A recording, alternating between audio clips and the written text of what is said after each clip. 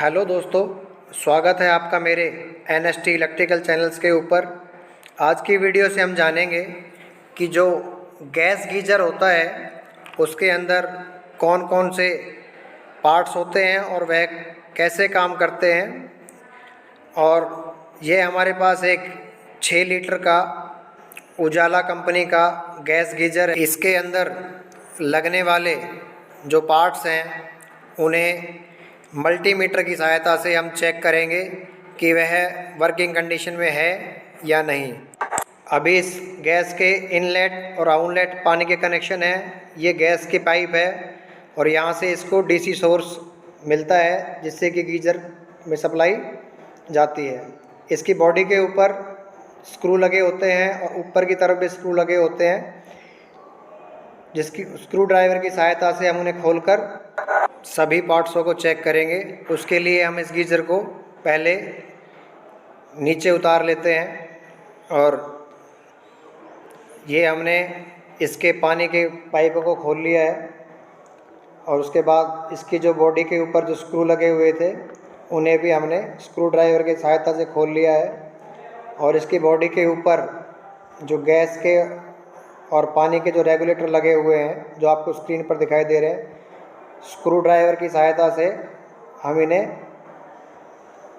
बाहर निकाल लेंगे। इन्हें सावधानीपूर्वक निकालें, अन्यथा यह टूट भी सकते हैं। अभी हम गीजर के जो बॉडी के ऊपर जो ऊपर वाला कवर लगा हुआ है उसे खोलेंगे। यह वीडियो हमने गैस गीज़र को लेके बनाई है। अगर आपके घर पे इलेक्ट्रिक गीज़र लगा हुआ है तो उसको भी रिपेयर कैसे करते हैं उसके लिए भी हमने वीडियो बना के रखी हुई है। उस वीडियो का लिंक आपको वीडियो के डिस्क्रिप्शन में मिल जाएगा। तो उसके बाद जो ऑन ऑफ स्विच और इंडिकेटर की जो वायर लगी हुई है उसको भी हम निकाल देंगे। अभी हम गैस गीज़र के अंदर जो लगे हुए पार्ट्स हैं उनको जान लेते हैं। यह हमारे सेल लगे हुए हैं, यहाँ से इनपुट सप्लाई मिलेगी। अभी ये हमारे स्पार्क इंजेक्टर की लीडें हैं। ये हमारी सोलेनॉइड वाल्व लगा हुआ है जो कि गैस की लाइन के ऊपर लगा रहता है।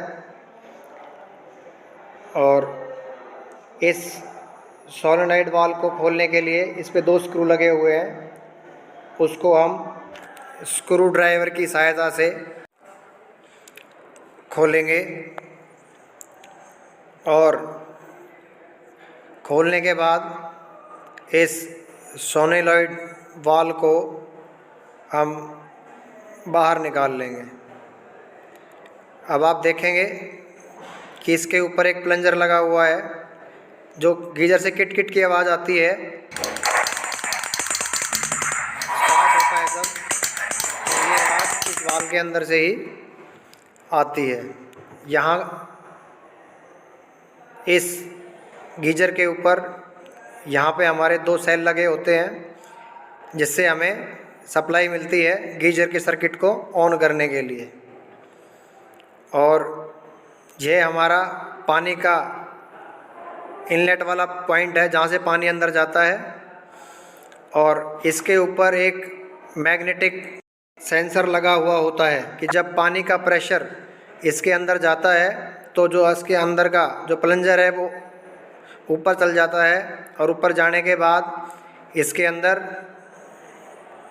मैग्नेटिक वाल्व उसको पकड़ कर रखता है और सर्किट हमारा ऑन हो जाता है। उसके बाद ये हमारा पानी का आउटलेट है। इसके ऊपर एक थर्मोस्टेट लगा हुआ होता है, कुछ गीजरों में ऊपर भी लगा हुआ होता है। यह अलग अलग कंपनी की मैन्युफैक्चरिंग के हिसाब से इसको लगा के रखते हैं। इस थर्मोस्टेट के ऊपर 2 टर्मिनल होते हैं और यह इसके टेम्परेचर को कंट्रोल करता है। और यह हमारा गैस का इनलेट पॉइंट है, यहाँ से हमारी गैस जाती है। और जो आपको हॉल दिखाई दे रहा है इसके ऊपर हमारे सोलेनॉइड वाल्व की लगती है और यह हमारे स्पार्क के इंजेक्टर हैं। यहाँ पर स्पार्किंग होती है और जिससे यहाँ पे फ्लेम पैदा होती है।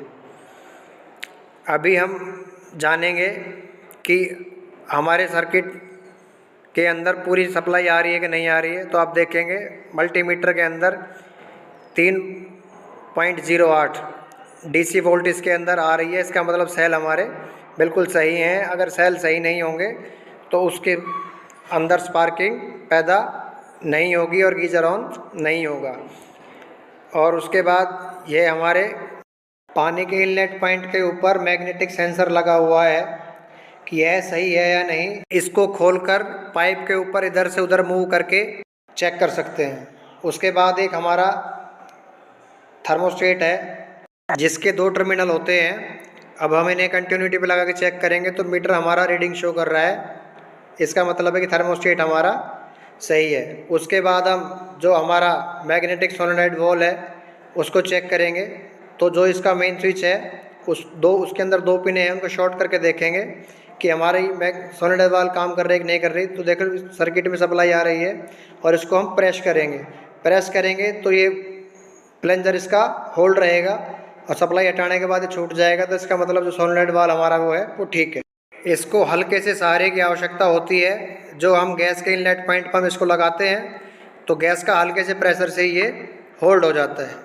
उसके बाद हम देखेंगे कि जो हम सर्किट को डायरेक्ट ऑन करके देखेंगे तो आप स्पार्क इंजेक्टर के अंदर आपको स्पार्किंग दिखाई दे रही होगी। इसका मतलब हमारा गीजर काम कर रहा है। अभी हमारा सर्किट बिल्कुल सही है। उसके बाद देखेंगे जो मेन कवर के ऊपर जो हमारा ऑन ऑफ का स्विच लगा हुआ है उसको भी हम मल्टीमीटर के साथ उसकी कंटिन्यूटी चेक कर लेंगे कि स्विच सही है या नहीं है।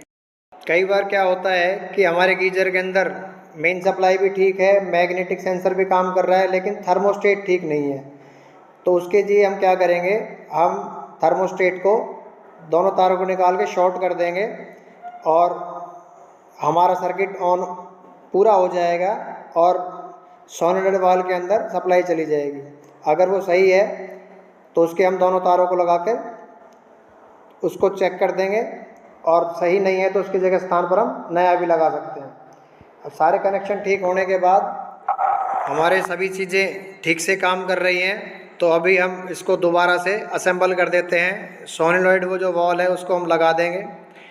लगाने के बाद जो हमारे इनके कनेक्टर हैं उस पर हम उनको शॉर्ट करके देखेंगे पिनों को, तो देखेंगे गीज़र के अंदर सर्किट कंप्लीट हो रहा है और गीज़र को सप्लाई मिल रही है। अभी हम इसकी गैस वाली सप्लाई ऑन करके इसको ऑन करेंगे तो आप देखेंगे कि गीज़र हमारा ऑन हो चुका है। तो इतने से आसान से तरीके से आप मल्टीमीटर की सहायता से सभी चीज़ों को, मेन सप्लाई को, मैग्नेटिक सेंसर को, थर्मोस्टेट को, सोलेनॉइड वॉल को और जो स्पार्क इंजेक्टर हैं उन सभी को लगा की टेस्टिंग कर सकते हैं। इसमें मैग्नेटिक सेंसर, थर्मोस्टेट वगैरह सब और मेन स्विच सभी सीरीज में होते हैं। अगर एक चीज़ भी इनमें से काम नहीं कर रही है तो हमारा गीज़र ऑन नहीं होगा। तो सभी को स्टेप बाय स्टेप हम चेक करेंगे। सभी कनेक्शन ऑन करने के बाद हम गीज़र को ऑन करेंगे।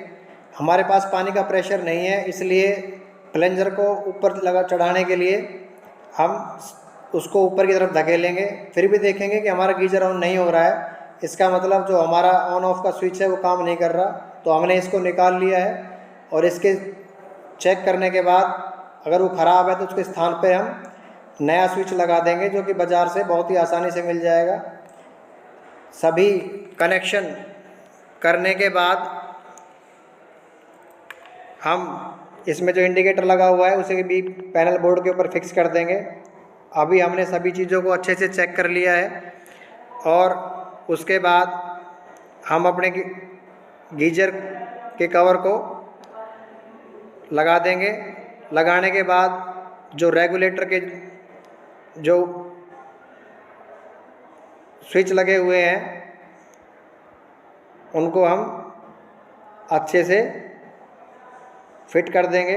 अब हम ऑन करके देखेंगे कि गीज़र हमारा ऑन हो रहा है। तो इतने से आसान से तरीके से आप अपने गीज़र को घर पर ही सही कर सकते हैं। अभी ठीक करने के बाद हमने गीज़र को फिर से लगा दिया है, पानी के सभी पाइपों के कनेक्शन कर दिए हैं। अब हम इस टैप को ऑन करेंगे और ऑन करने के बाद देखेंगे कि हमारा गीजर ऑन हो रहा है नहीं।